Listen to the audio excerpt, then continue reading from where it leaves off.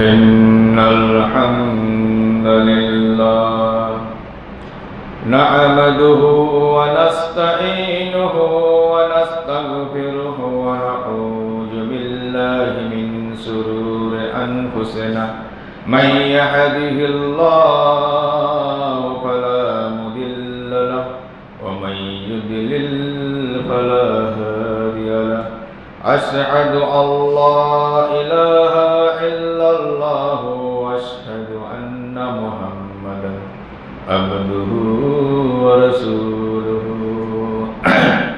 يا أيها الذين آمنوا اتقوا الله حق تقاته ولا تموتن إلا وأنتم مسلمون يا أيها الناس اتقوا ربكم الذي خلقكم من نفس واحدة وخلق منها زوجها وبث منهما رجالا كثيرا ونساء واتقوا الله الذي تساءلون به والأرحام إن الله كان عليكم رقيبا يا أيها الذين آمنوا لا تخونوا الله والرسول وتخونوا أماناتكم وأنتم تعلمون يا أيها الذين آمنوا إن تتقوا الله يجعل لكم فرقانا ويكفر عنكم سيئاتكم ويغفر لكم والله ذو الفضل العظيم يا أيها الذين آمنوا ما لكم إذا قيل لكم انفروا في سبيل الله ثقلتم إلى الأرض أرضيتم بالحياة الدنيا من الآخرة فما متاع الحياة الدنيا في الآخرة إلا قليل إلا تنفروا يعذبكم عذابا أليما ويستبدل قوما غيركم ولا تضره شيئا والله على كل شيء قدير يا أيها الناس اتقوا يا أيها الناس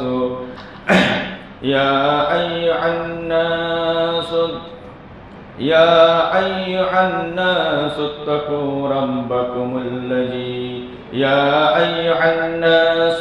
ضرب مثل فاستمعوا له إن الذين تدعون من دون الله من يخلق ذبابا ولو اجتمعوا له وإن يسلبهم الذباب شيئا لا يستنقذوه منه ضعف الطالب والمطلوب يا أيها الذين آمنوا اتقوا الله وقولوا قولا سديدا يصلح لكم أعمالكم ويغفر لكم ذنوبكم ومن يطع الله ورسوله فقد فاز فوزا عظيما أما بعد فإن خير الحديث كتاب الله وخير الهدي هدي محمد وشر الأمور محدثاتها وكل محدثات بدعة وكل بدعة ضلالة وكل ضلالة في النار فقد قال الله تعالى في القرآن الكريم أعوذ بالله من الشيطان الرجيم بسم الله الرحمن الرحيم उपस्थित ইসলাম দরদি বিরাদান মিল্লাত সমস্ত প্রশংসা গুণগান কৃতজ্ঞত শুকরিয়া মহান আল্লাহ রাব্বুল আলামিনের জন্য, যার একান্ত রহমত ও দয়ায় আমরা একত্রিত হয়েছি। এই জন্য আমরা সংক্ষিপ্ত করে শুকরিয়া করে বলি আলহামদুলিল্লাহ। অগণিত দরুদ ও সালাম বর্ষিত হোক মানবতার মুক্তির দুর্শ্রেষ্ঠ মানব রাসূল আকরাম সাল্লাল্লাহু আলাইহি সাল্লামের উপর। আল্লাহুম্মা সাল্লি আলা, আল্লাহুম্মা বারিক আলা। আমরা যে পদ্ধতিতে ইবাদত করব সেই পদ্ধতি হবে রাসূল সাল্লাল্লাহু আলাইহি সাল্লাম। এই আমরা এটা সকলেই জানি যে আমাদের পদ্ধতি হবে আল্লাহ রসুল, এছাড়া কোনো অপশন নাই। যখনই আমরা ইবাদতের মধ্যে মনোযোগ হয় তখন আমরা গোত্রকে দলটি ফলো করি, ইবাদত করি। আমরা তখন আর এইখানে এটা ভেরিফিকেশন করে দেখার আর সময় নাই বা প্রয়োজন বলে মনে করি না যে এটা আমার রসুল সাল্লাল্লাহু আলাইহি সাল্লাম করেছেন হ্যাঁ কি না। যদি আমরা আজকে ভেরিফিকেশন করতাম তাহলে আজকে আমাদের রসুলের থেকে যে আমরা বাইরে বেরিয়ে যে সমস্ত ইবাদত করছি তাহলে এই সম্মুখীন আজকে হতে হতো না। আমরা সমস্ত বিষয়ে ভেরিফিকেশন করি, জমি থেকে, জায়গা থেকে, কোনো জিনিস যেসব কিনি, সমস্ত ব্যাপারে আমরা ভেরিফিকেশন না দেখে আমরা কাজ করি না দুনিয়াবি ব্যাপারে। আর যখনই পরকালের মামলা হবে, যখনই আমরা এখানে ইবাদত করব, তখন আমরা বলি ইমাম সাহেব বলবেন, বুজুর্গরা বলবেন, তখন আমরা মানুষের উপরে ছেড়ে দেওয়া হবে। কেননা যেহেতু আল্লাহ সুবহানাহু ওয়া তাআলা বলছেন ইন্না আলাইনা লাল হুদা, আমি তোমাকে পথ নির্দেশ করে দিয়েছি। সূরা লাইল 12 নম্বরে বললেন ফাআনজালতুকুম নারান তালাজ্জা, সূরা লাইল 14 নম্বরে বলছেন আমি তোমাকে সাবধান করে দিয়েছি। আর যখন আমরা যাব লা তাসমাউ ফিহা লাগিয়া, আজকের কোনো বাহানা, কোনো যুক্তি কোনো কাজে লাগবে না। সূরা গাসিয়া 11 নম্বর আয়াত। তাহলে আমাদেরকে চিন্তা করা দরকার যে আমরা ইবাদত করব কি পদ্ধতি থেকে, আমার রসুল করেছেন হ্যাঁ কি না। তা আমরা সমস্ত সব ব্যাপারে আমরা ইসলামে যখন আসি তখন আমরা দোহাই পূর্বপুরুষদের দিয়ে আসি। যেমন সমস্ত দল তখন বলে কি আমরা যে না, নিয়ত করা ফরজ, নিয়ত করা ফরজ, এটা সমস্ত দল বলে নিয়ত করা ফরজ। আমিও বলছি নিয়ত করা ফরজ, সমস্ত দল এই কথাই বলবে নিয়ত করা ফরজ। আর যখনই আমরা ইবাদতের মধ্যে খাড়া হলাম, দাঁড়ালাম, তখন কিন্তু আমরা নিয়ত বলছি, তখন কিন্তু আর নিয়ত করা হয়নি, আমরা তখন বলছি। তাহলে নিয়ত করা বলো ফরজ না বলা ফরজ? আল্লাহ রসুল সাল্লাল্লাহু আলাইহি সাল্লাম আরবি দেশের লোক ছিলেন, যেখান থেকে আরবি, উনি আরবিতে নিয়ত করতে পারলেন না উচ্চারণ করে। আর আমরা আরবি পড়তে জানি না, কিন্তু নামাজ সিস্টেম না জানলেও কিন্তু নিয়ত আমরা সিস্টেমে জেনে নিয়েছি। নয়তো আল্লাহ তাআলা যে আরবি নিয়তটা মোটামুটি আমরা সকলেই জানি, যেহেতু নিয়ত করা ফরজ। কিন্তু করার বলার মধ্যে যে কত ডিফারেন্স হয়ে যায় এটাই আমরা বুঝতে পারলাম না। যেমন একটা কথা বলি এখানে, যদি আমরা যদি বলি, আমি যদি আমার স্ত্রীকে যদি বলি, স্ত্রী যদি আমাকে বলে যে আমি তোমার স্ত্রী, তাহলে শুনতে ভালো লাগবে। আর স্ত্রী যদি বলে ফেলে যে আমি তোমারও স্ত্রী, এতে যেমন আগুন লেগে যায়, ঠিক এখানেও এইটাই আসছে। আমরা যখনই সূরা ফাতিহা পড়ি, সালাতের মধ্যে দাঁড়াই, যে আল্লাহর ইবাদত করব, রাসূল সাল্লাল্লাহু আলাইহি সাল্লামের পদ্ধতি দিয়ে ইবাদত করব, কারোর ইবাদত করব না। আমরা যে পদ্ধতি আল্লাহর কাছে সকালবেলা থেকে ফজরের 2 রাকাত সুন্নাত, তারপরে 2 রাকাত ফরজ, 4 বার ওইখানে রেজিস্ট্রি করা হলো। এরকম ভাবে দেখলে পরে ঈসা পর্যন্ত আমরা আল্লাহকে কতবার রেজিস্ট্রি করি। আর রেজিস্ট্রি করার পর যখন আমরা দখল দেওয়ার কথা, মামলায় সালাম ফিরে দিবার পর, তখন আমরা দুনিয়ার কথাতে নিয়ে চলে আসি। যেগুলো রসুল করেননি, যেগুলো আল্লাহ দেননি, সেই পদ্ধতিতে আমরা লিপ্ত হয়ে আছি, ইবাদত করি। তাহলে এটা আমাদের বোঝা দরকার। তাহলে নিয়ত করা ফরজ, বলা ফরজ নয়, এইটাই আমরা জানলাম না, আর আমরা ইবাদত করি। তাহলে আজকে আমাদেরকে অন্য জাতির কাছে এত সম্মুখীন কেন হতে হচ্ছে, কেন লাঞ্ছিত, এত ভ্রষ্ট কেন? কারণ কি?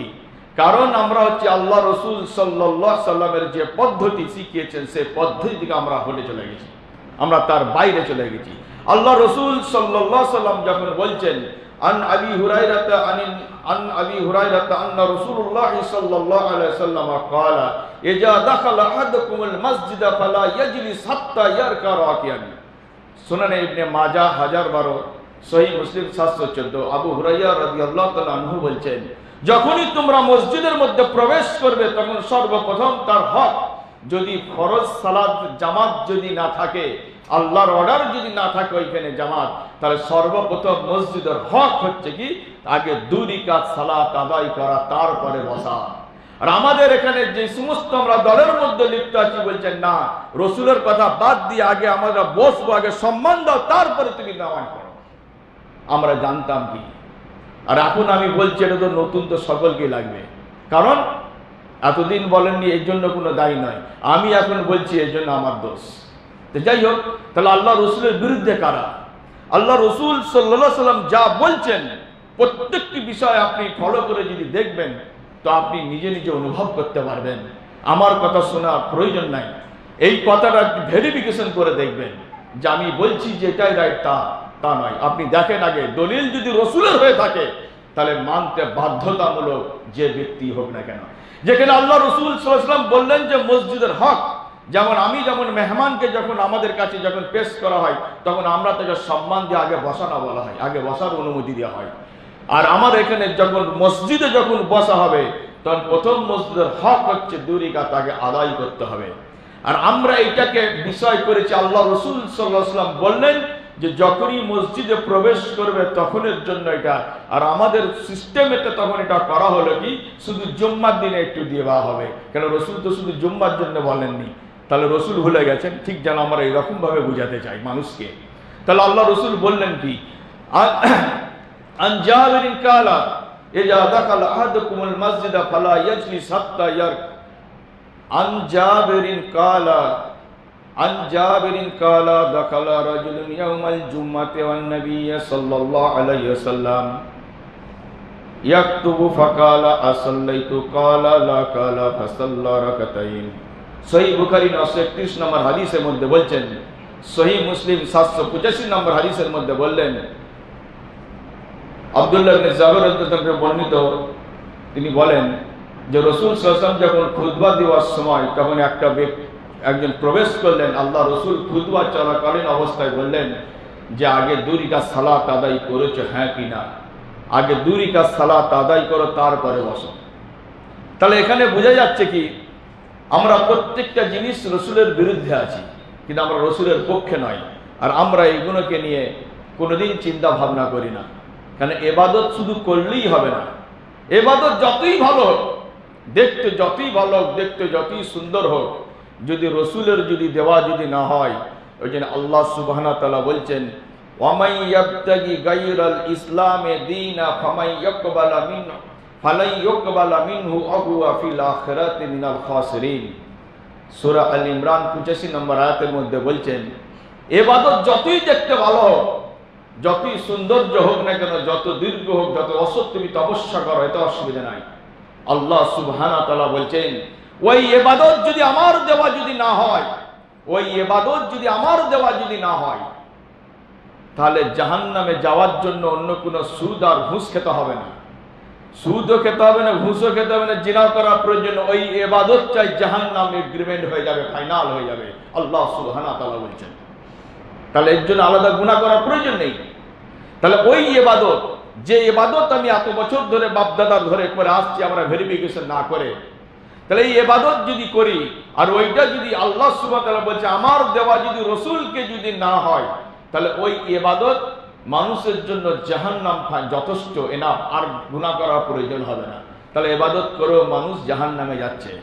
তাহলে এইগুলো আমাদেরকে বুঝা দরকার যে আল্লাহ রসুল বলছেন কি, এটা করেছেন কি, এইটা আমাদেরকে ভেরিফিকেশন করে ইবাদত করতে হবে। করে ফেলেছি ঠিক আছে, আমি যখন আমার সামনে যখন আসছে সমস্ত বিষয় রিসার্চ হচ্ছে, তাহলে এটা আমাকে দেখতে হবে আমার জামানায় যখন এসেছে আমাকে মৌকা আছে, তা আমি এটা সংশোধন করলাম না।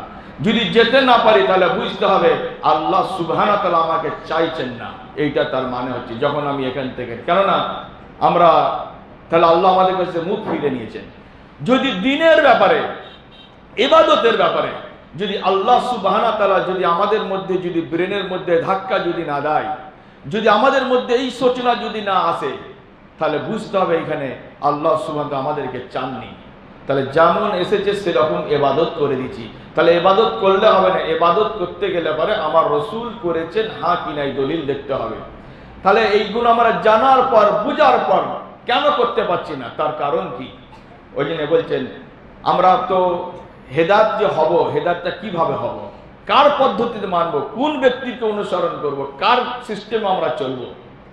তাহলে এখানে আল্লাহ সুবহানাহু ওয়া তাআলা বলছেন ফাইন আমানু বিমিসলি মা আমানতুম বিহি ফাকাদ ইহতাদাউ ওয়া ইন তাআল্লাউ ফাইন্নামা হুম ফি শিকাক। সূরা বাকারার মধ্যে 137 এর মধ্যে বলছেন যদি তারা ঈমান আনে সাহাবা একরামদের মতো, সে আল্লাহ 1400 বছর আগে আর এখনো সেই আল্লাহ। যদি আমরা সাহাবা একরামদের মতো যদি বুঝা হয়, আমরা মানুষের ব্যক্তির সাথে আমরা উদাহরণ দিয়ে আমরা বুঝি, মানুষকে ভালো করে বুঝি, যে সাহাবা একরামদের মতো যদি সাহাবাদের মতো যদি ঈমান আনে তাহলে হেদায়েত প্রাপ্ত হয়ে যাবে। তাহলে আমরা হব, আশা করছি 100% হব। আর যদি আমরা মাযহাবের পিছনে, ফিরকার পিছনে, সমস্ত দলের পিছনে যদি এদিক ওদিক যদি দৌড়াতে থাকি, তাহলে আমরা বিচ্ছিন্নবাদী হয়ে যাব, আমরা কোনোদিন আর হেদায়েত পাবো না। হেদায়েতের কথা শুধু বললে হবে না, কার মতো বুঝতে হবে। এই জন্য বলছেন আল্লাহ ওমাই ইউসাকিকুর রাসূলা মিন বা'দি মা তাবায়্যানা লাহুল হুদা ওয়া ইয়াত্তাবি বিহি গায়রা সাবিলিল মুমিনিনা নুআল্লিহি ওয়া নুসলিহি জাহান্নাম আশআত মাসীরা। সূরা নিসার মধ্যে 115 নম্বরের মধ্যে বলছেন সুপথ প্রকাশিত হওয়ার পর, জানার পর যে এটা সত্য, এটা আল্লাহর কথা, এটা রাসূলের কথা আমরা জানছি, বুঝছি, বুঝার পর যখন সমাজের দিকে যখন তাকিয়ে দেখি তখন আমরা আর মানতে পারি না। ঠিক হুবাহু যেমন আবু জেহেলের যে কন্ডিশন, আজকে ঠিক আমাদের এই কন্ডিশনের জায়গাতেই আমরা আছি। আমরা জানছি এই যে আল্লাহ সুবহানাহু ওয়া তাআলা কোরআন মাজিদের মধ্যে বললেন সূরা নিসা 115 যদি সুপথ প্রকাশিত হওয়ার পর, জানার পর, বুঝার পর আমরা তার বিরুদ্ধাচরণ করি, তার রসুলের বিরুদ্ধাচরণ একই বলা হয়। রসুল সাল্লাল্লাহু আলাইহি সাল্লামের বিরুদ্ধাচরণ করি বিশ্বাসীগণের, অতএব সাহাবা একরামদের বিপরীত পথে আমরা অনুগামী হই। তবে আল্লাহ সুবহানাহু ওয়া তাআলা বলছেন তুমি যে পথেই থাকো না কেন, যেই তপস্যাই করো না কেন, আমি তাকে সেই পথেই চালিয়ে দেব, তাকে জাহান্নামে নিক্ষেপ করব, সবথেকে নিকৃষ্টতম স্তর হবে সেই জাহান্নামের মধ্যে তাকে দাখিল করা হবে। তাহলে আমরা ইবাদত করে রসুলের বিরুদ্ধে করে জাহান্নাম কিনছি, আর ওখানে অন্য জাতি যে মুসলিম বিরোধী তারা এখন থেকে বলছে কি আমরা ইসলামকে ধ্বংস করব। সে তো কই ধ্বংস করতে তো আসেনি, এখানে আমরা তো দেখতে পাই না। ধ্বংস তো এখান থেকে যাচ্ছে, এটা দেখতে পাওয়া যাচ্ছে ক্লিয়ার। কোরআনের আয়াত বলছে, আমি বলি না। যদি আমার কথা যদি এটা হতো তাহলে আলাদা ব্যাপার। কোরআন বলছে যে আল্লাহর আয়াত বলছে, ওহী যে নাজিল করেছেন সেই আয়াত বলছেন। তাহলে আর রসুলের কথা জানা, আল্লাহর কথা জানার পর আমরা বিপরীত পথে চলি, তাহলে এখানে বোঝা যাচ্ছে পরিষ্কার আল্লাহ রসুল আল্লাহ সুবহানাহু ওয়া তাআলা বলছেন এই দুটো আয়াতের মধ্যে আমাদের কাছে স্পষ্ট ক্লিয়ার যে যে কোনো ব্যক্তি কোরআন হাদিসকে নিজের মত অনুযায়ী ব্যাখ্যা বিশ্লেষণ কোনোদিন করতে পারে না। আর আমরা কোরআন হাদিসকে ব্যাখ্যা করি কি, আমি যেই গোত্রের লোক আমি সেই দিকে টান দিয়ে ব্যাখ্যা বিশ্লেষণের দিকে আগে বাড়ি। আমি এই দলের লোক, আমি এই দলের দিকে আমার কোরআনের ব্যাখ্যাটিকে আমি ওই দিকে টানার চেষ্টা করি, ঠিক না হলেও জোর করে আমরা টেনে নেওয়ার চেষ্টা করি। কিন্তু আল্লাহ এখানে এই কথাটা বলছেন কোরআনে যখন পরিষ্কার করে দেওয়ার পর স্পষ্ট তাহলে নিজের মত অনুযায়ী কিন্তু ব্যাখ্যা বিশ্লেষণ কেউ করতে পারবে না, এবং শরীয়তকেও নিজের মত অনুযায়ী কেউ মানতেও পারবে না। তাকে যদি মানতে হয়, তাকে যদি বুঝতে হয়, তাকে যদি গ্রহণ করতে হয় সাহাবাদের পদ্ধতিতে, এছাড়া বিকল্প তার কোনো পরিস্থিতি তার কাছে নাই। একমাত্র সাহাবা যে পদ্ধতিতে বুঝেছেন, যেভাবে বুঝেছেন, আমাদেরকে সেইভাবেই বুঝতে হবে। এইটাই হচ্ছে তার রাস্তা, এছাড়া বিকল্প কোনো তার রাস্তা নাই। এই জন্য আব্দুল্লাহ বিন মাসউদ রাদিয়াল্লাহু তাআলা আনহু বলেন, মান কানা মিনকুম মুত্তাসিয়ান ফালইয়াত্তাইস বিআসহাবি রাসূলিল্লাহি সাল্লাল্লাহু আলাইহি ওয়াসাল্লাম فإنهم كانوا أبر حاج الأمة قلوبا وأعماق علما وأقلها تكلفا وأقوم هاديا وحسن حالا قوما لاختارهم الله لصحبة النبي ولكمال دينه। জামিয়া বায়ানুল ইলমি ওয়া ফাজল ইবনে আব্দুল বার পৃষ্ঠা নম্বর 926 এর মধ্যে বলছেন, যদি তোমাদের আব্দুল্লাহ বিন মাসউদ রাদিয়াল্লাহু তাআলা আনহু বলেন, যদি তোমাদের মধ্যে যদি কোনো ব্যক্তিকে যে অনুসরণ করতে হয়, সে যেন মুহাম্মদ সাল্লাল্লাহু আলাইহি সাল্লামের সঙ্গী সাথীদের যেন অনুসরণ করে। কেননা এই উম্মতের মধ্যে সবচেয়ে স্বচ্ছ হৃদয়ের মালিক ছিলেন তারা। তাদের জ্ঞান ছিল সবচাইতে বেশি গভীর, তারা সবচাইতে কম অপ্রয়োজনীয় কথাবার্তা বলতেন, তারা সবচাইতে বেশি হিদায়াত প্রাপ্ত ছিল, এবং তাদের অবস্থা ছিল সবচাইতে ভালো, সবচাইতে ভালো। আর আল্লাহ সুবহানাহু ওয়া তাআলা নবী সাল্লাল্লাহু আলাইহি সাল্লামের সঙ্গী সাথীদের, এদেরকে দিন প্রতিষ্ঠার জন্য আল্লাহ নিজেই এদেরকে নির্বাচন করেছিলেন। তাহলে আমরা ফলো কোথায় করছি? আব্দুল্লাহ বিন মাসউদ রাদিয়াল্লাহু আনহু বললেন, যদি কেউ ব্যক্তিকে ফলো করে, অনুসরণ করে, সে যেন রাসূল সাল্লাল্লাহু আলাইহি সাল্লামের সঙ্গী সাথীদের অনুসরণ করে। তাহলে এখন এখানে বোঝা যাচ্ছে কি সাথীদের অনুসরণ কথায় আমরা এখানে বুঝাই, তাহলে রসুলের ওয়ারিস যার কেমন হয়, যেখান থেকে বেরিয়ে আসে আলেম ওলামাদের, আমরা ঠিক ওইখানে গিয়ে কানেকশনটা জুড়ে দেওয়া হয়। কেননা ওনাদেরকে আমরা রসুলের ওয়ারিস বলে ওনারাও দাবি করেন, ওই জন্য পাবলিক আমরা ওইটাই ভাবি যে উনি যেটা করছেন ওইটাই ঠিক, আর আমরা দেখার আর ক্ষমতা নাই। তাহলে এখানে বুঝতে হবে যে ইসলাম জামি পদ্ধতি কিভাবে বুঝবো।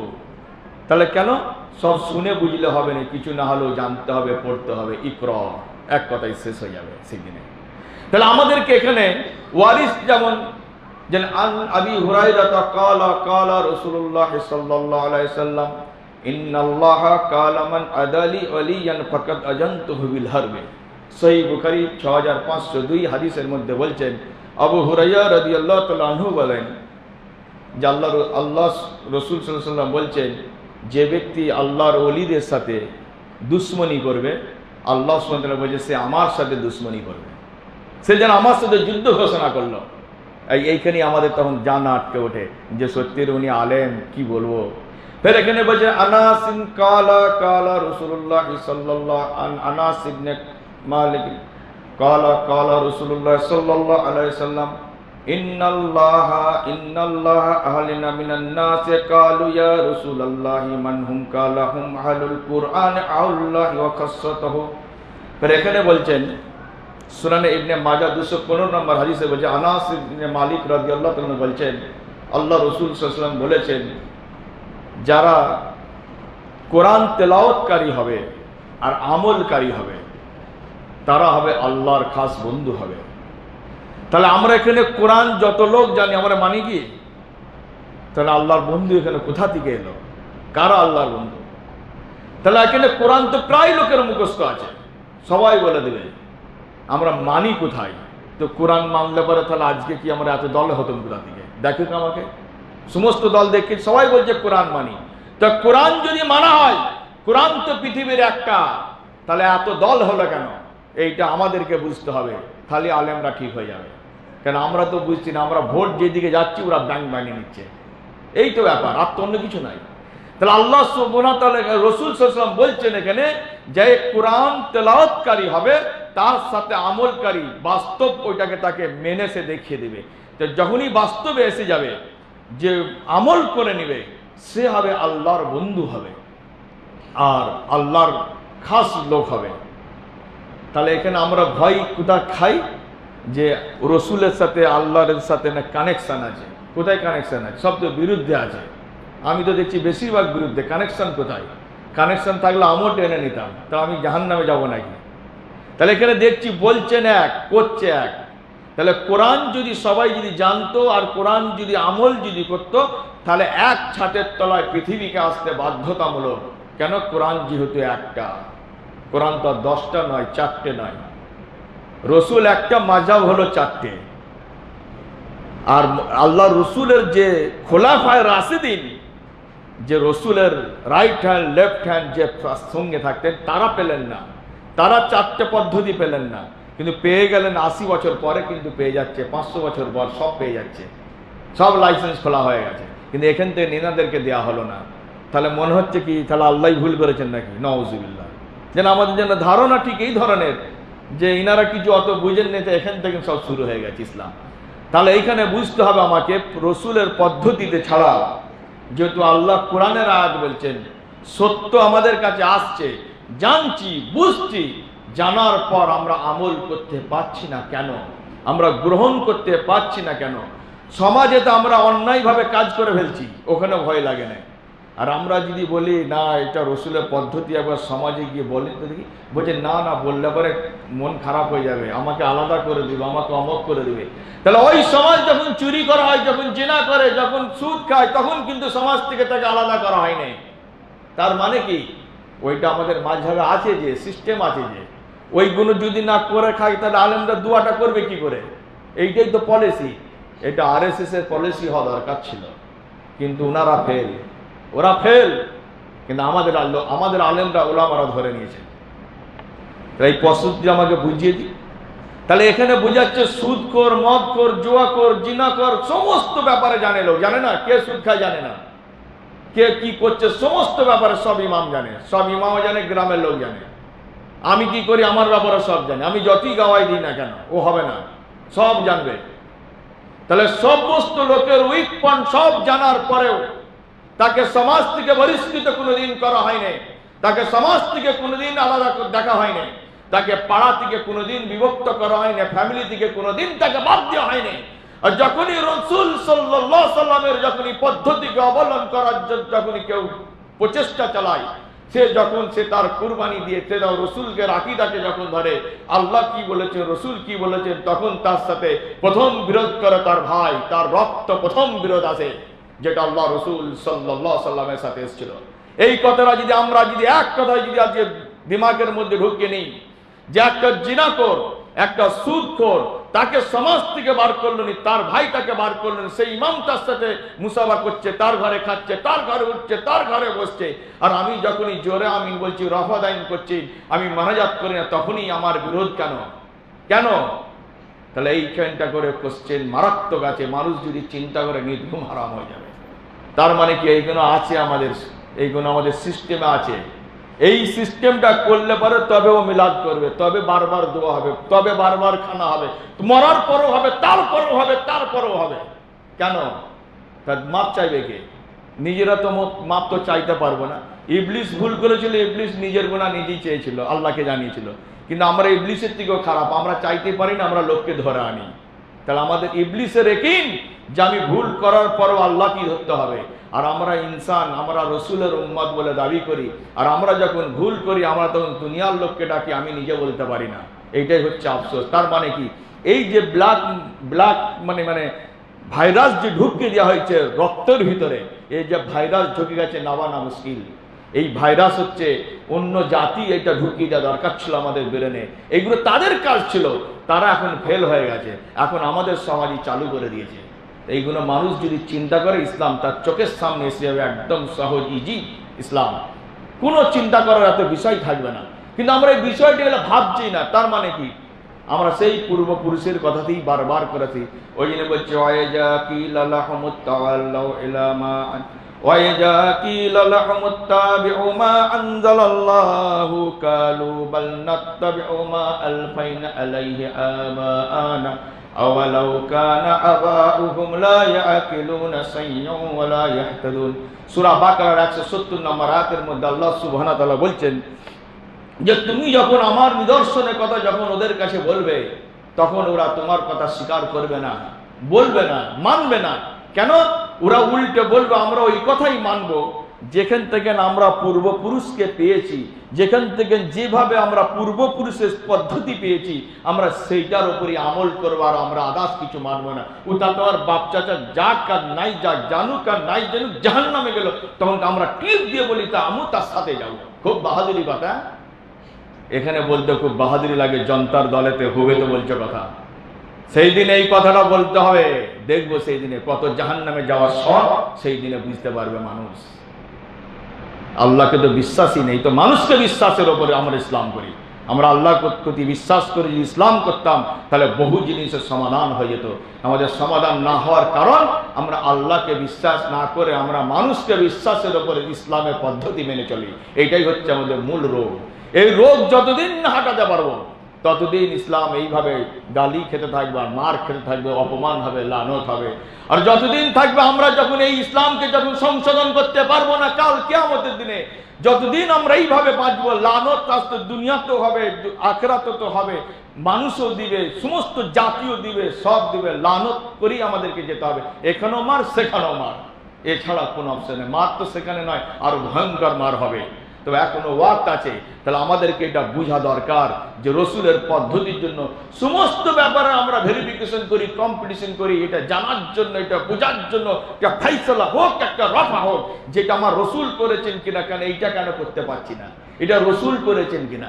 তখন আমরা বাপ দাদার দিকে ঠেলে দিই। তার মানে কি? সেই আমাদের বললাম, এখনো বলছি আমি, আমাদের রক্ত হচ্ছে সেই বাপ দাদার রক্ত।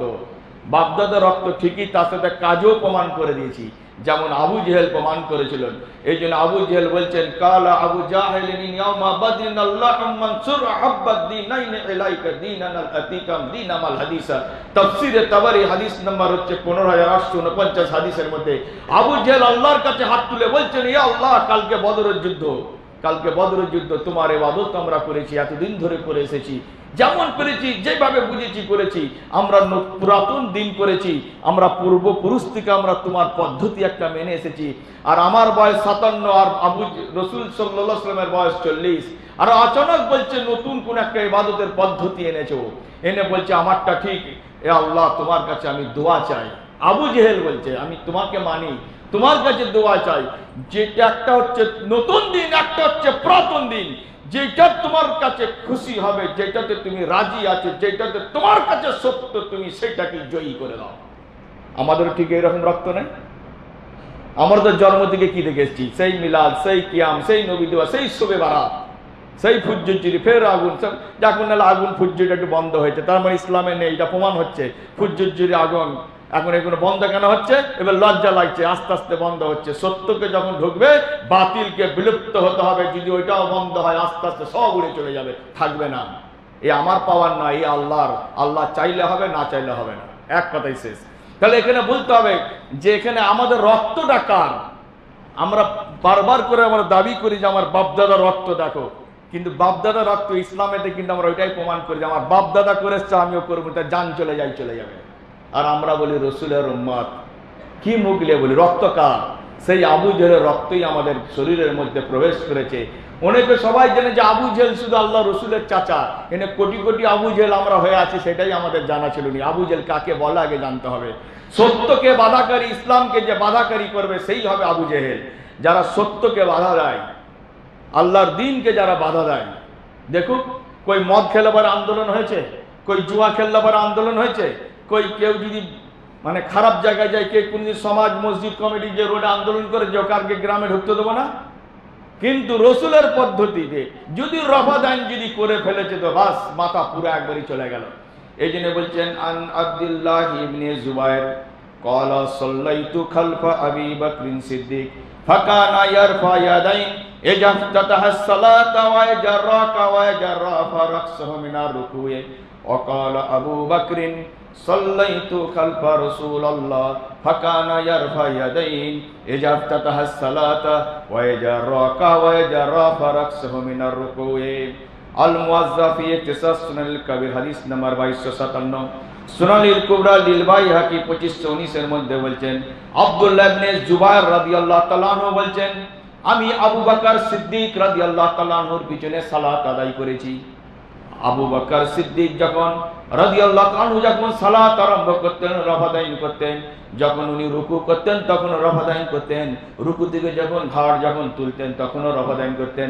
ফের আবু বকর রাদিয়াল্লাহু তাআলা আনহু বলেন, আবু বকর সিদ্দিক রাদিয়াল্লাহু তাআলা বলেন, আমি আল্লাহর রাসূল সাল্লাল্লাহু আলাইহি সাল্লামের পিছনে সালাত আদায় করেছি। আল্লাহ রাসূল যখন সালাত আরম্ভ করতেন তখন আল্লাহ রাসূল রফাদাইন করতেন, যখন তিনি রুকুতে যেতেন রফাদাইন করতেন, যখনই রুকু থেকে যখন ঘাড়টা মাথা তুলতেন উপরে তুলতেন তখনও রফাদাইন করতেন। তাহলে আমি তো আবু বকর সিদ্দিকের হাদিস দিলাম, তাহলে এই হাদিসটা কি আউট না এটা অন্য কারোর দেওয়া? এটা দেখলেই তো হয়ে যাবে। যেখানে 4 খুলাফায়ে রাশিদিন হাদিস আছে, আমি আবু বকর যে সবথেকে করিব আল্লাহ রাসূল সাল্লাল্লাহু আলাইহি সাল্লামে বলছে, তিনি বলছেন আমি আল্লাহ রাসূলের পিছনে নামাজ পড়েছি, আল্লাহ রাসূল রফাদাইন করতেন। আজকেই রফাদাইন যখনই কেউ করতে যায় তখনই মানুষ তাকে টন কেটে তিতকিরি মেরে তাচ্ছিল্যপনা করে তাকে বাইরে বার করে দেয়। তার মানে সে জানবে কিয়ামতের দিনে এই মানুষের কথা শুনে না বুঝে যে করলো সেও তো গেল, তার সাথে যে অর্ডার করলো সেও গেল। এই বললাম না, আমি এখনো বলছি পকেটে যখন থাকবে তখন কিন্তু ঘোরানো মুশকিল হয়ে যাবে, আর যখনই পকেটে থাকবে না লেহদ্দরি হতে হবে। আর আমাদের অবস্থা ঠিক ওই রকমই লেহদ্দরি। তো সবাই করে টন কাটছে, টিটকিরি মারছে, সব বলছে, তাহলে আমাকে কেন দাওয়াত করতে আসেনি 3 দিনের খানা? বাকি লোককে বলছে কেন? তার মানে সব 2 নম্বর আছে এখানে, এইটা তার প্রমাণ। পকেটে নেই, আর পকেটে যখনই থাকবে জানবে ঘাটাবে না, ওরে বাপরে বিপদ আছে।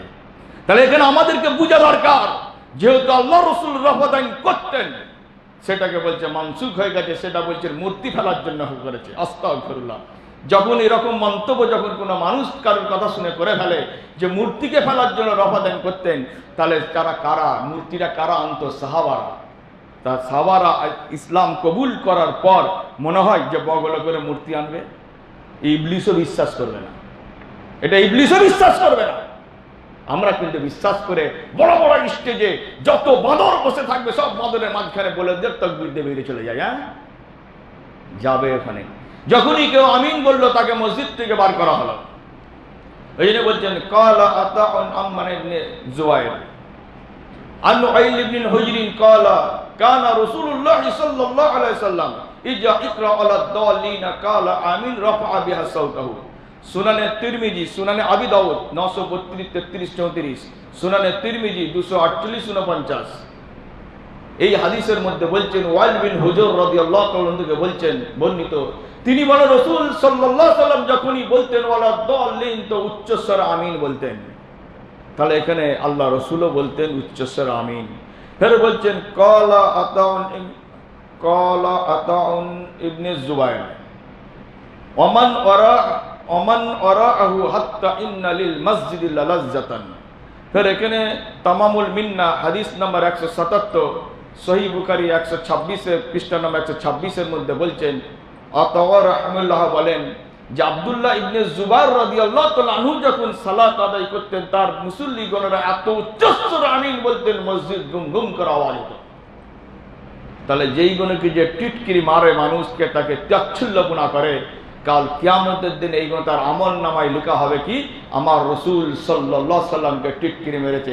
আবার এরাই নাকি আবার আরএসএস কে ধরতে যায়, লজ্জা লাগে না? এরাই আরএসএস কে ধরতে যায়, বলছে আমরা অন্য জাতিকে ধরবো যে ইসলামের খেলাফ আওয়াজ উঠিয়েছে, ইসলামকে কে ধ্বংস করে দেবে এরে চলে যাচ্ছে, সেখানে আমাদের হুঁশ নেই।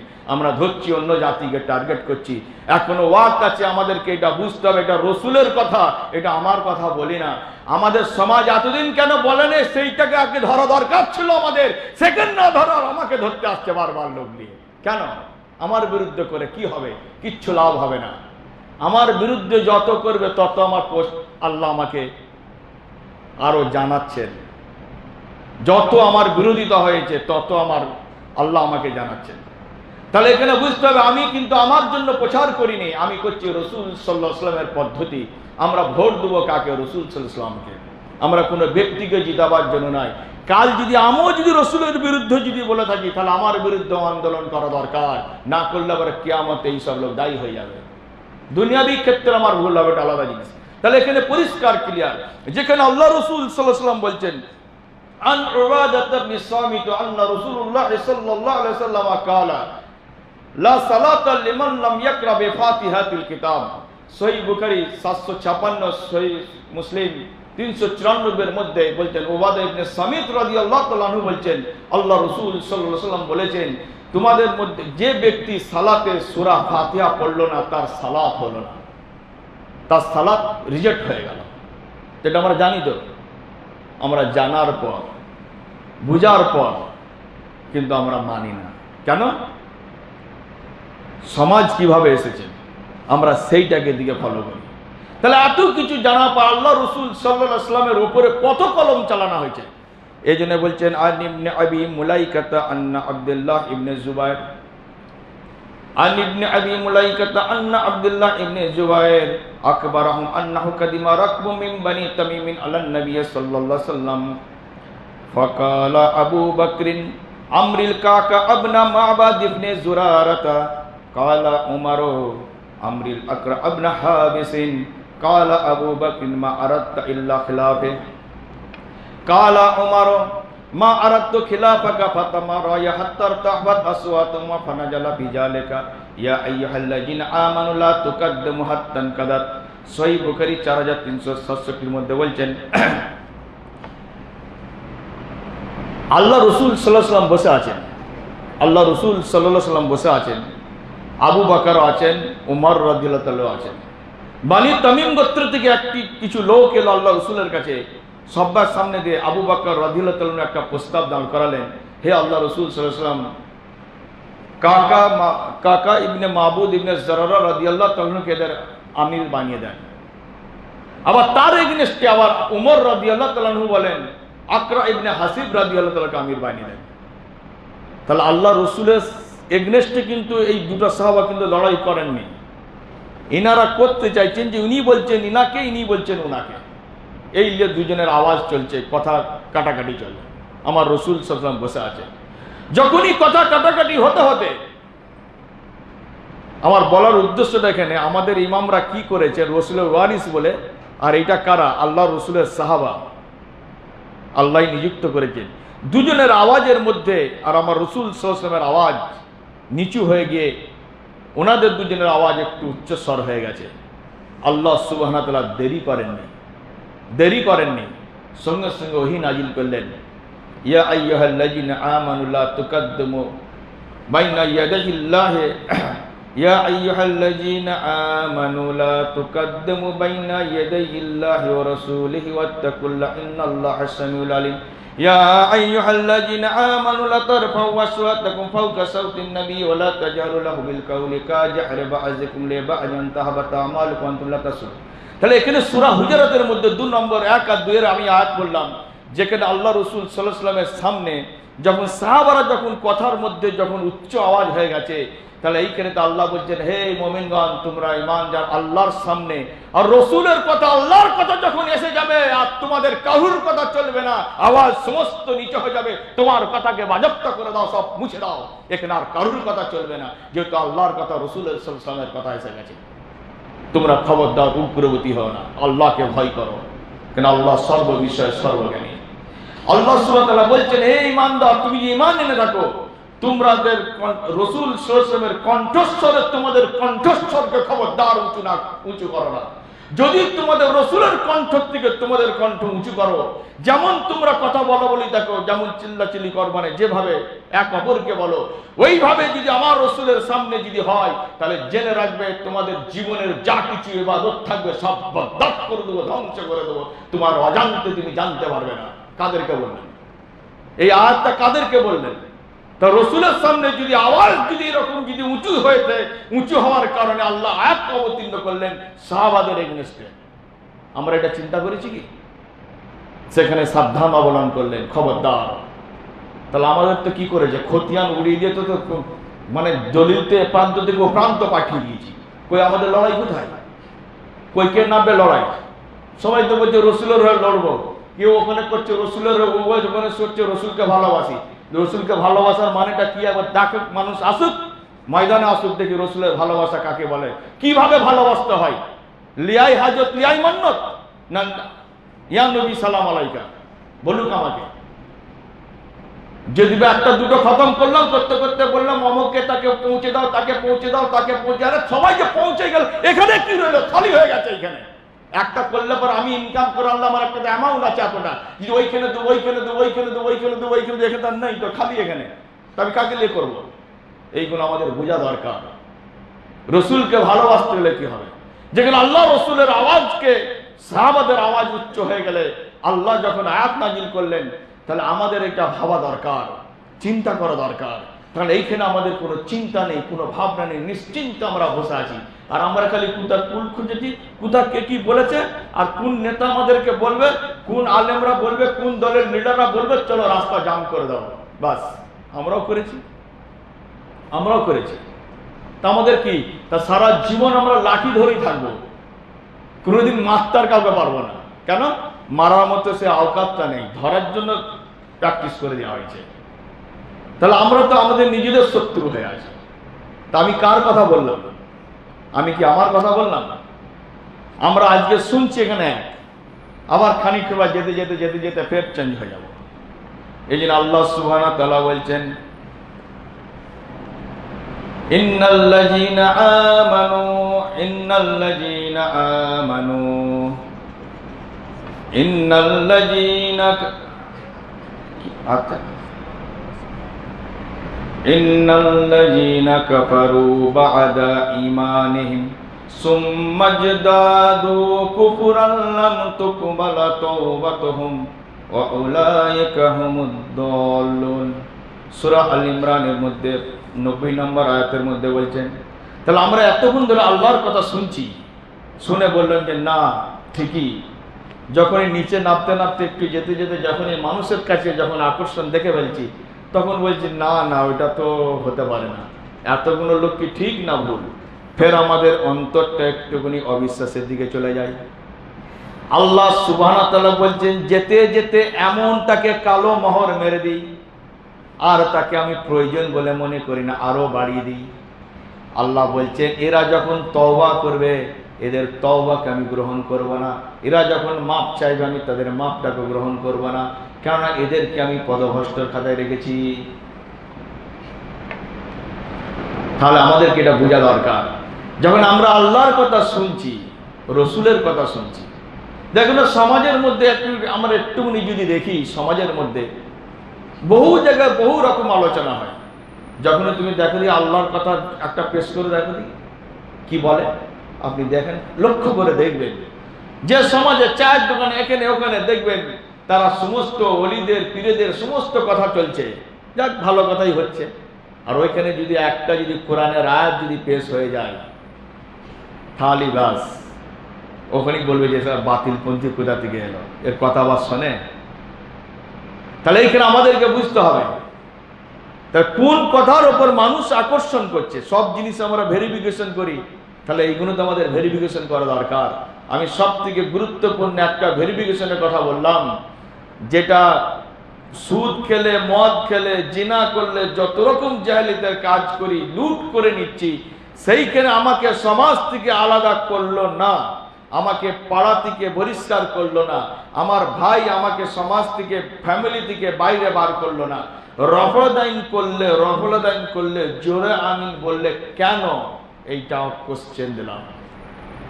তার সত্য কোনটা এবার বুঝতে হবে, তার সামনে এসে গেছে, আমাকে বোঝাবার দরকার নেই।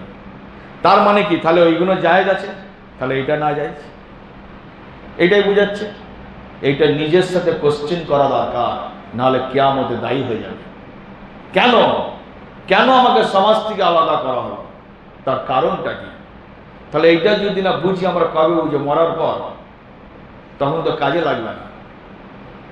তাহলে ওয়ালাকাদ দারাবনা লিন-নাসি ফি হাযাল কুরআনি মিন কুল্লি মাসাল ওয়ালা ইন জি'তাহুম বিআয়াতিল্লাহি ইয়াকুনাল্লাযিনা কাফারু ইন আনতুম ইল্লা মুবতিলুন। সূরা রুম 58 নম্বর আয়াতের মধ্যে বলছেন, যখন আমি তো মানুষের জন্য সর্বসাধারণের জন্য আমি তো সমস্ত কিছু কোরআনে অবতীর্ণ করে আমি পাঠিয়ে দিয়েছি। আমি মানুষের জন্য সমস্ত কথা আমি কোরআনের মাধ্যমে আমি অবতীর্ণ করে পাঠিয়ে দিয়েছি। যখন তুমি সমাজের মধ্যে যাবে, আমার নিদর্শনের কথা যখনই তুমি রাখতে যাবে, পেশ করবে, তখনই তোমাকে বাতিল পন্থী বলে আখ্যা দিয়ে দিবে। আল্লাহ বলছে ওরাই হলো কাফের। এরা কাফের খোঁজে না বড্ড, এরা বহুত কাফের খোঁজে, কথায় কথায় কাফের খুঁজে ফেলে। কিছু হোক না হোক মনাজাত করে না কাফের, কিয়াম করে না কাফের, এক কথাই বলে ফেললো, কোনো লাইসেন্স নেই, কোনো অসুবিধে, মানে কিভাবে বলে ফেলছে মানুষকে।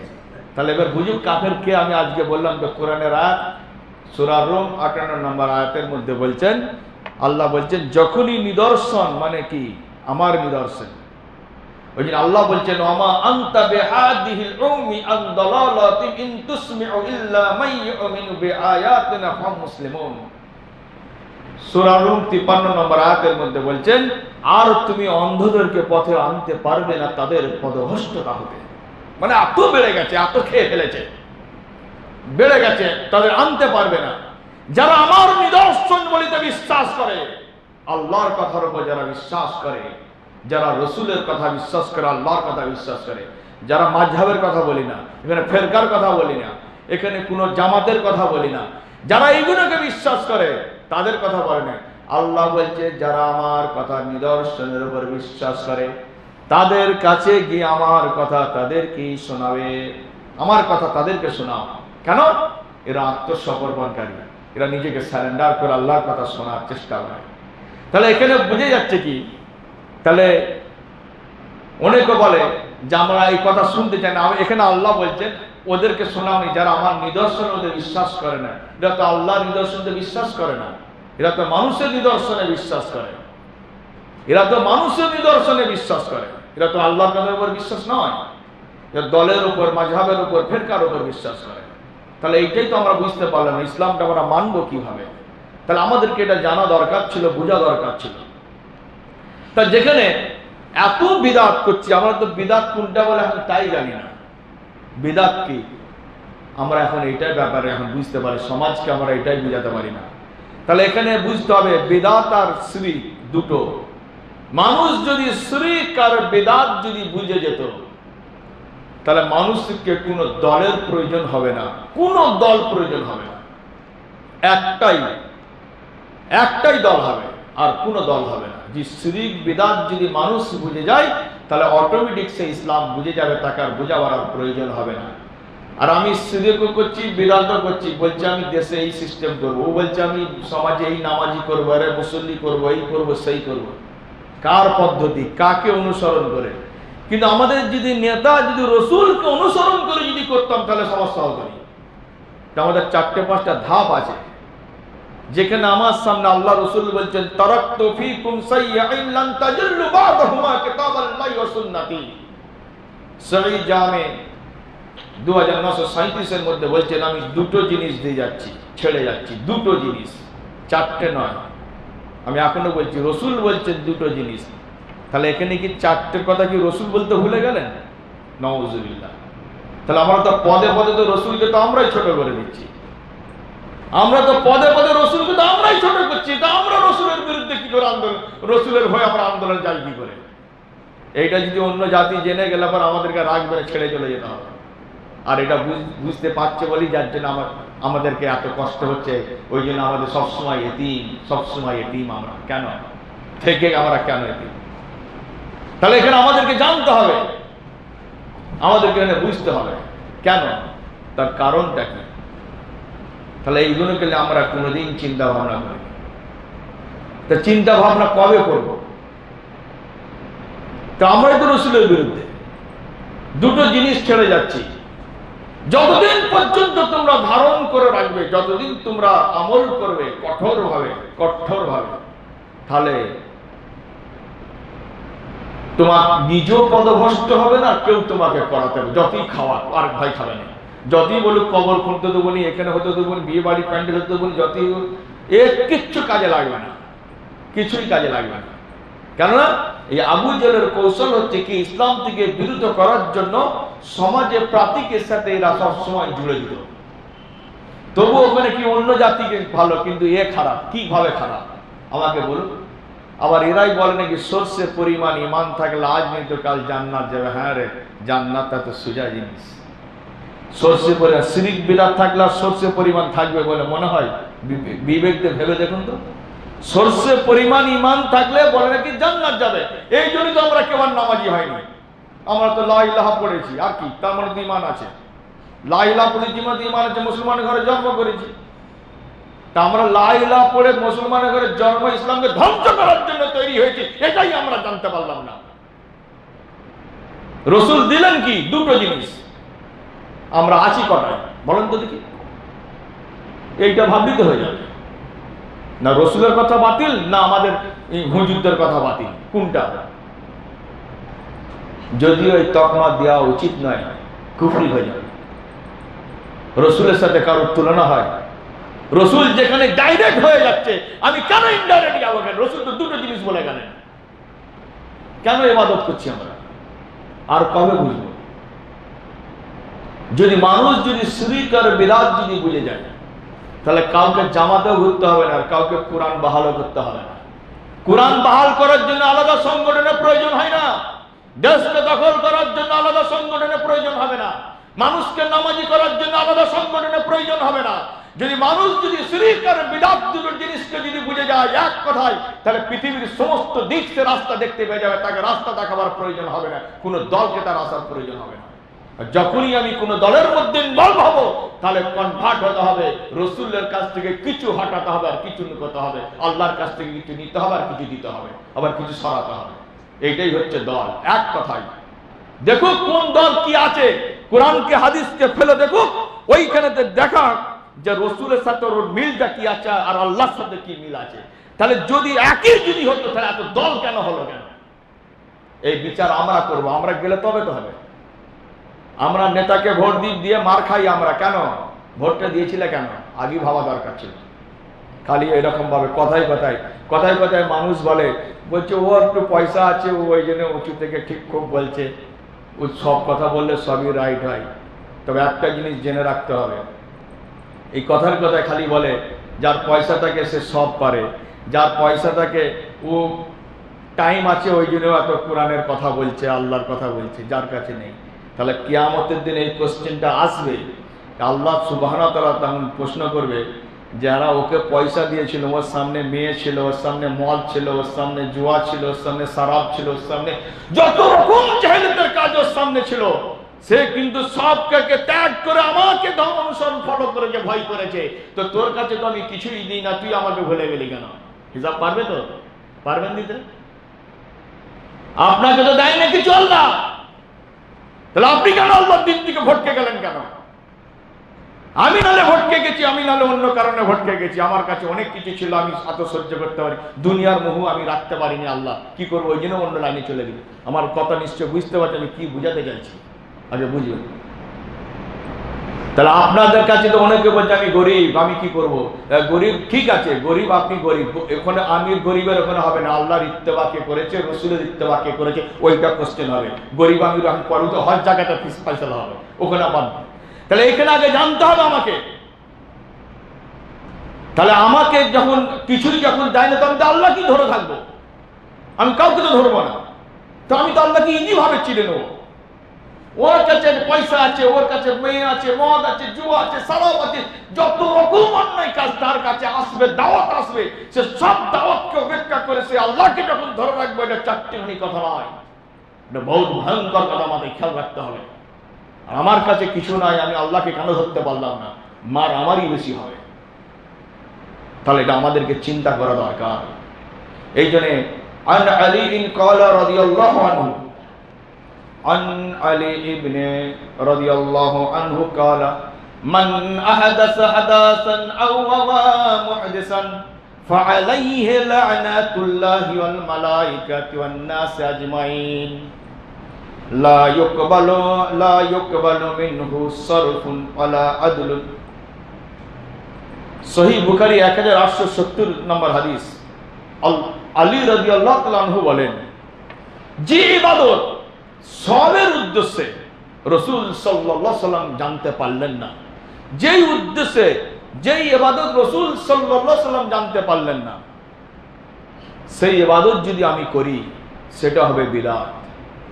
যেই উদ্দেশ্য রাসূল সবের উদ্দেশ্যে, নেকির উদ্দেশ্যে যে আমি ইবাদত যখন করব, যদি রসুল যদি না করে সেটা হচ্ছে বিদাত। আর এই বিদাত যে তৈরি করবে, আর এই বিদাত যে করবে, সহযোগিতা করবে, তাকে আশ্রয় দিবে, প্রশ্রয় দিবে, তাকে সমর্থন করবে, সাপোর্ট করবে, আলী রাদিয়াল্লাহু তাআলা আনহু বললেন তার উপর আল্লাহর অভিশাপ অবতীর্ণ হয়, তার উপর ফেরেশতাদের লানত হয়, তার উপর মানব জাতির লানত হবে, তার ফরজ ইবাদত বাজেপ্তা করে দেওয়া হবে, তার নফল ইবাদত গ্রহণযোগ্য হবে না আল্লাহর কাছে। সহিহ বুখারী 1870 নম্বর হাদিস।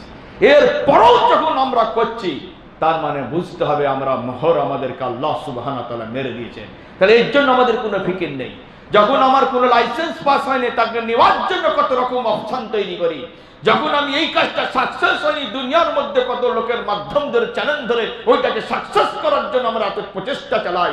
আর যখন আমরা এইখানে আমি বললাম যে বিদআত করবে, আলী রাদিয়াল্লাহু তাআলা আনহু বলেন, আর আল্লাহর কোরআনের আয়াতও আমি বললাম, আর আল্লাহ রসুলের হাদিসও পেশ করলাম, যে সওয়াবের উদ্দেশ্যে যে বিদআত যেটা রসুল করেননি সেটা হবে বিদআত। প্রত্যেকটি বিদআত হবে গুমরাহি, জাহান্নাম নিক্ষেপ হবে। আর ওই জাহান্নাম মানে তার ইবাদত, ফরজ ইবাদত গ্রহণযোগ্য হবে না, তার নফল ইবাদত গ্রহণ করতে হবে না। তাহলে এই হাদিসটাকে কেটে মুছে দিই, তুলে দেওয়া হোক, যেহেতু আল্লাহ রসুল বলে তার মিছিমিছি বলেছেন নাকি? বলছে আমরা তো ভালো কাজ করছি। রে ভালো কাজ কোথায়? কে করতে বলেছে? রসুলের অর্ডার আছে কি?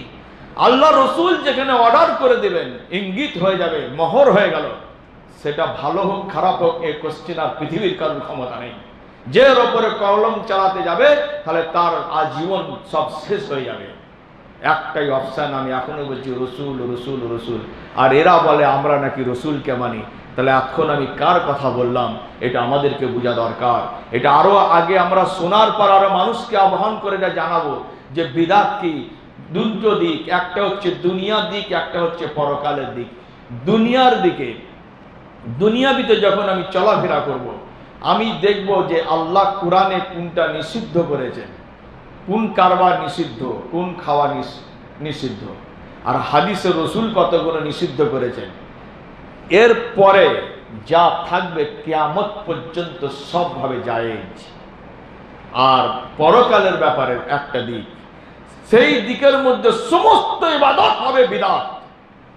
যতটুকু রসুল সাল্লাল্লাহু আলাইহি সাল্লাম করেছেন ওইটাই হচ্ছে ইবাদত, তার বাইরে সব শেষ, সব জাহান্নাম জাহান্নাম জাহান্নাম।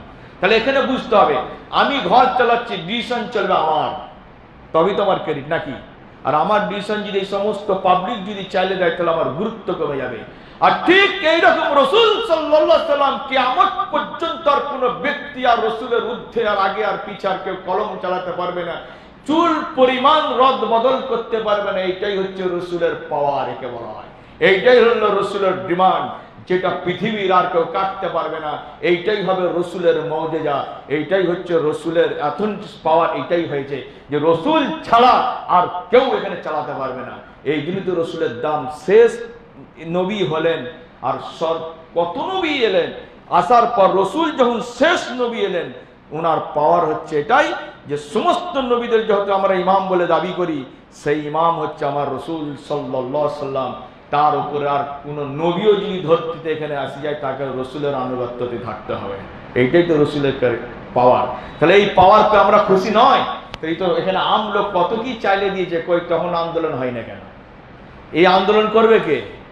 ওটা তো আরএসএস করবে, আমরা কেন করবো? আমরা তো লিয়াই হাজত আর লিয়াই মান্নত। ইসলামের নাম মানে কিছু পাবো, ব্যাস, এক কথাই শেষ। কিছু পাবো তো ইসলাম ভালো লাগবে, না পেলে ইসলাম বরবাদ, খারাপ। রক্ত কার আমাদেরকে দেখতে হবে, আমরা কার রক্ত, কার অনুসারী, আমরা কার নির্দেশ মেনে চলি, কে ইঙ্গিত করছে। দেখুন দিনের ক্ষেত্রে কে সুলপয়জন দিচ্ছে, সেই সব লোককে বার করতে হবে। আমরা যেমন অন্যান্য জুলুমেতে যেমন আমরা তাদেরকে বার করে আনি, আর ইসলামের ক্ষেত্রে কে সুলো পর্যন্ত রসুলের কথাকে বন্ধ করার প্রচেষ্টা চালায়, তাদেরকে বার করার দায়িত্ব হচ্ছে এই জন্যই হবো আমি সেই জন্য রসুলের উম্মত। তার আগে উম্মত বলে আমি কোনোদিনই গ্রহণযোগ্য হব না। রসুলের দিকে অরিজিনাল ইমানের শর্ত হচ্ছে কি, যেটা রসুল করেছেন সেটা আমি মেনে নেব। এই জন্য আল্লাহ সুবহানাহু ওয়া তাআলা বলছেন,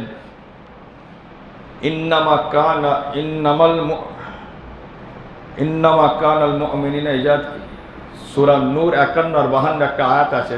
আল্লাহ বলছেন যারা মুমিন হবে তাদের একটা গুণ, ইন্নামা কানা কাউলান মুমিনিনা ইজাদ দুউ ইলাল্লাহি ওয়া রাসূলিহি লিয়াহকুমা বাইনাহুমা আন ইয়াকুলু সামি'না ওয়া আতা'না ওয়া উলাইকা হুমুল মুফলিহুন। সূরা নূর 51 নম্বর আয়াত।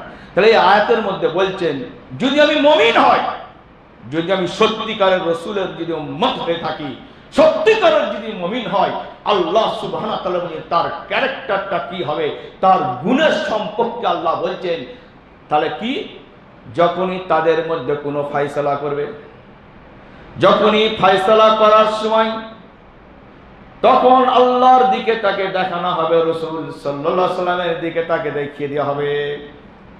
সে সঙ্গে সঙ্গে বলবেন আমি মান্য করে নিলাম, আমি শ্রবণ করে নিলাম। এইটাই হবে মুমিনের পরিচয়। যে কোনো কথা মাসলাকের ব্যাপারে, শরীয়তের ব্যাপারে আল্লাহ সুবহানাহু ওয়া তাআলা কোরআনের মধ্যে বললেন যারা সত্যিকারের মুমিন হবে তাদেরকে তুমি ইঙ্গিত করবে, আল্লাহর দিকে তাকিয়ে দেখাও আর রাসূলের দিকে তাকে দেখিয়ে দাও, ইঙ্গিত করে দাও। এতে বুঝে যাবে না আমার কথাটা ভুল, এইটাই হচ্ছে ঠিক। ওই দিনের সঙ্গে সঙ্গে সেই মুমিন যদি হয় বলবে যে আমি শ্রবণ করে নিলাম, আমি মেনে নিলাম। আল্লাহ বলছেন এরাই হলো কামিয়াবি। আর আল্লাহকে ভয় করার মানে কি? জড়ো হয়ে যাওয়া না। যেটা নির্দেশ নেই আমি করব না, এটা আল্লাহ নিষিদ্ধ করেছে, রাসূলকে দেননি, এইটাই হচ্ছে আল্লাহকে মানার মানে হচ্ছে এইটাই। এইরকম ভাবে নাটঙ্গি করতে করতে করতে দেখো সব আমরা চলে যাচ্ছি। এই নাটক শেষ হবে কবে আর ইসলাম বুঝবো কবে? তাহলে মুমিনদের পরিচয়টাও আল্লাহ এখানে বললেন। কথা অনেক ছিল, টাইম শেষ হয়ে গেছে। যাই হোক, আমি এই দু একটা কথা যে বললাম গুরুত্বপূর্ণ কথা, এইটা মাথার মধ্যে ঢোকানো দরকার যে সুদ খেলে মদ খেলে ঘর ছাড়া হয় না। আমি দেন আর আমিন বললে কেন ঘর ছাড়া হয়? তাহলে কি ওইটা কি আমাদের সিস্টেমে আছে না শরীয়তে আছে? এই ডিসকাউন্ট মেরে মেরে জিন্দগি বরবাদ করে দিয়েছে। মরার পর কি করছে না করছে জীবনে কেউ দেখলো না। যখনই মরে গেল তখনই তার কারনামা শুরু হয়ে যায়, আর তখনই তার কোরআন বক্সে দিয়ে সব শেষ করে দিয়ে যা করে দেয়। যাই হোক, আমাদেরকে এগুলো বোঝা দরকার। যতই এরকম সুদ পলিসি থাক না কেন, এখন তো পরকালে সেখানে আর কেউ দেখতে পায় না। যখন কোরআনটা খুলবে মানুষ, যখন গবেষণা করবে, তখন দেখতে পাবে জাহান্নামের ভিতরে কি চলতে পারে, তবেই সে অনুভব করতে পারবে, তার আগে সে অনুভব করতে পারবে না। আকুল হাজা আস্তাগফিরুল্লাহ।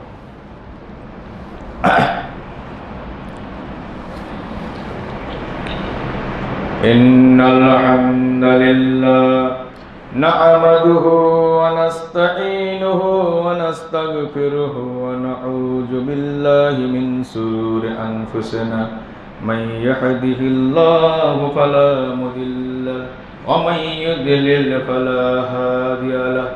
আশহাদু আল্লা ইলাহা ইল্লাল্লাহু ওয়াহদাহু ওয়া আশহাদু আন্না মুহাম্মাদান আবদুহু ওয়া রাসূলুহু। ইন্নাল্লাহা ইয়া'মুরু বিল আদলি ওয়াল ইহসান ওয়া ইতা'i যিল কুরবা ওয়া ইয়ানহা আনিল ফাহশা'i ওয়াল মুনকারি ওয়াল বাগই ইয়া'iযুকুম লা'আল্লাকুম তাযাক্কারুন। والذين يقولون ربنا هب لنا من أزواجنا وذرياتنا قرة أعين واجعلنا للمتقين إماما إن الله وملائكته يصلون على النبي يا أيها الذين آمنوا صلوا عليه وسلموا تسليما اللهم صل على محمد وعلى آل محمد كما صليت على إبراهيم وعلى آل إبراهيم إنك حميد مجيد اللهم بارك على محمد وعلى آل محمد كما باركت على إبراهيم وعلى آل